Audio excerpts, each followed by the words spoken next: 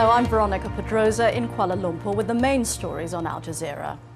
US President Barack Obama has called on Israel to halt settlement expansion in the occupied West Bank and accept a two-state solution as the only way forward for peace.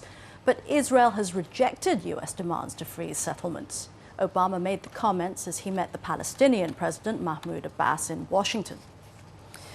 All major cities in Pakistan are on high alert, a day after at least 14 people were killed in a series of attacks. 2 bombs exploded in a market in the city of Peshawar, and security forces were ambushed by gunmen as they arrived at the scene. A suicide bomber later targeted a police checkpoint on the outskirts of the city, and to the south another suicide bomber rammed his rickshaw into a checkpoint in Dera Ismail Khan. 1 policeman and 2 civilians were killed. At least 15 people have died in a bomb blast in Iran on the border with Pakistan and Afghanistan. The explosion in the town of Zahandan happened during evening prayers at a Shia mosque.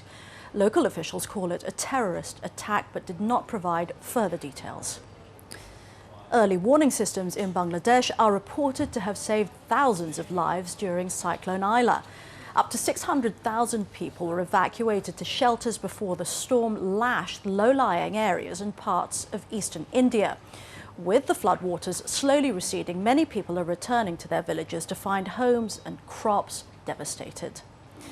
General Motors bondholders have agreed to a deal that would see the US government hold most of the car giant's stock. In exchange, the government would erase the automaker's unsecured debt. The deal could pave the way for a fast-track bankruptcy backed by the US Treasury. The UN Security Council is still discussing how to respond to North Korea's nuclear test on Monday. A draft resolution is being circulated which strongly condemns Pyongyang but stops short of issuing fresh sanctions. And a state funeral has been held in South Korea for the former president No Moo-hyun. No committed suicide last Saturday by jumping off a cliff near his hometown. The former human rights lawyer was under investigation over corruption allegations. No's 5-year term in office ended early last year.